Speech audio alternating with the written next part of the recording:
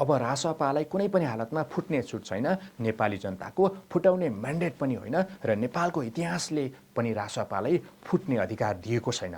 यो कुरा रासपाका वरिष्ठ नेताहरूले आत्मसात गरून्।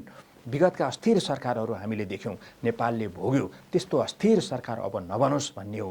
ती अस्थिर सरकारहरूले कति नेपाली जनताले दुःख पाए, दुःख दिए भन्ने कुरा हामीले आफैले भोगेका छौँ। त्यस्तो अवस्था अब नेपालमा नआओस् भन्ने हो।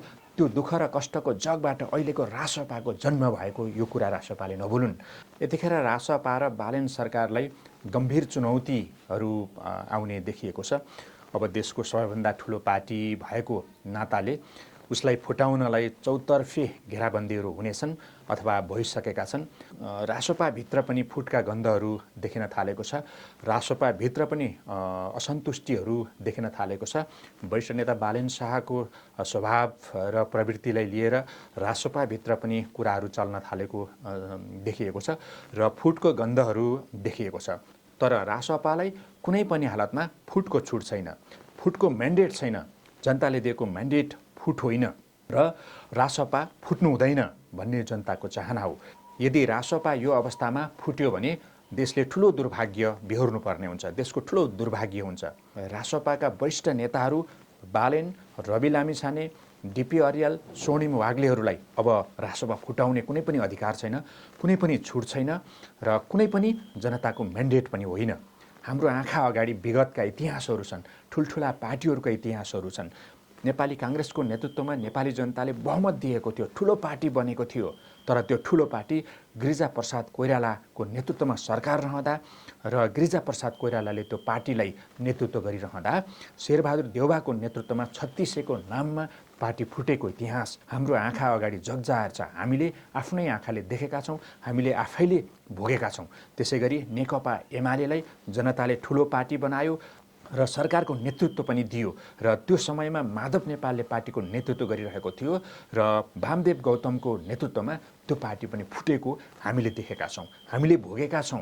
र त्यो पार्टीहरू यसरी फुट्दाखेरि देशले कति सङ्कट बेहोर्नु पर्यो, कति अस्थिर सरकार बेहोर्नु पर्यो हामीले आफ्नै आँखा अगाडि देखेका छौँ, हामीले भोगेका छौँ। र त्यस पछाडि नेकपा माओवादी अगाडि आयो, जनताले तीव्र बहुमत दियो। अहिलेकै रासपालाई दिएको झैँ झन्डै 2/3 बहुमत दिएर नेकपा माओवादीलाई अगाडि बढायो र नेकपा माओवादीको सरकार बन्यो र नेकपा माओवादीको नेतृत्व त्यति बेला प्रचण्डले गरेको थियो। र त्यो पार्टी कसरी फुट्यो भन्ने कुरा हामीले आफ्नै अगाडि देखेका छौँ। यही पुस्ताले देखेको छ, यही जेनजी पुस्ताले देखेको छ। त्यो पार्टी टुक्रा टुक्रा भएर धुजा भएर अहिले चौथो पार्टीको रूपमा खुम्चिरहेको इतिहास हाम्रो आँखा अगाडि छ।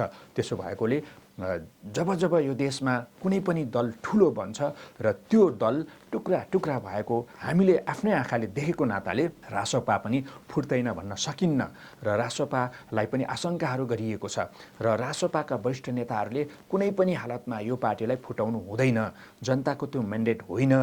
र हाम्रो चाहना पनि के हो भने रासपा नटुक्रियोस्, रासपाले 5 वर्षसम्म चाहिँ देशको नेतृत्व लियोस्, रासपाले 5 वर्ष सरकार चलाओस् र अगाडि बढोस् भन्ने हो। र रासपालाई 3टा म्यान्डेट जनताले दिएको छ।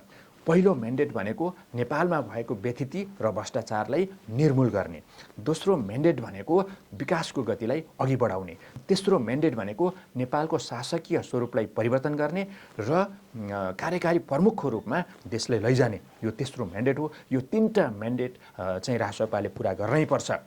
यदि यो 3टा म्यान्डेट रासपाले पुरा गर्न सकेन भने रासपाकै सभापति रवि लामिछानेले भनिसकेको छ, पुराना दलहरूलाई त 35-36 वर्षसम्म जनताले पर्खे, तर रासपालाई 35-36 महिना त के 35-36 दिन पनि पर्खँदैन भनेर रासपाको आफ्नै सभापतिले भनिसकेको छ र जनता त्यस्तो एउटा अब्बल चेतनामा आइसकेको कुरा रासपाको सभापतिले पनि स्वीकारिसकेको कुरा हो। यदि यस्तो परिस्थितिमा आइपुगेर पनि रासपाले पनि देशको विकास गर्न सकेन, देशलाई अगाडि बढाउन सकेन भने फेरि पनि जनताले रासपाले लामो समय कुर्नेवाला छैन, जनताले विद्रोह गर्नेवाला छ। जेनजीले जसरी विद्रोह गर्यो त्योभन्दा पनि एकदम निर्मम ढङ्गले जनताले विद्रोह गर्नेवाला छ।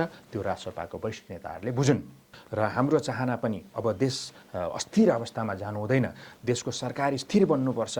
हामीले आफ्नै आँखा अगाडि देखेका छौँ, भोगेका छौँ। यो 30-35 वर्षको समयमा 5 वर्ष कार्यकाल त कुनै पनि प्रधानमन्त्रीले चलाएको छैन। कसरी विकास हुन्छ देश? त्यो विकास हुनै सक्दैन। कमसेकम देशले स्थिर सरकार पाउनु पर्यो, एकजना प्रधानमन्त्रीले 10 वर्ष चलाउन पाउनु पर्यो र राम्रो काम गर्ने नेपालको प्रधानमन्त्रीलाई 10 वर्ष काम गर्न दिनुपर्छ। पहिलो कार्यकाल हेर्ने र पहिलो कार्यकाल उसले राम्रो गरेको छ भने उसलाई फेरि अर्को कार्यकाल पनि थप्नुपर्छ। यदि रासपा पनि असफल भयो भने नेपाली जनता यदि अब्बल चेतनामा आइसकेको छ कि अर्को विकल्प खोज्नेछ, चाँडै खोज्नेछ, छिटै खोज्नेछ र देशलाई विकास गरी छोड्नेछ, नेपाली जनताको चेतना स्तरलाई हामीले यसरी हेरेका छौँ।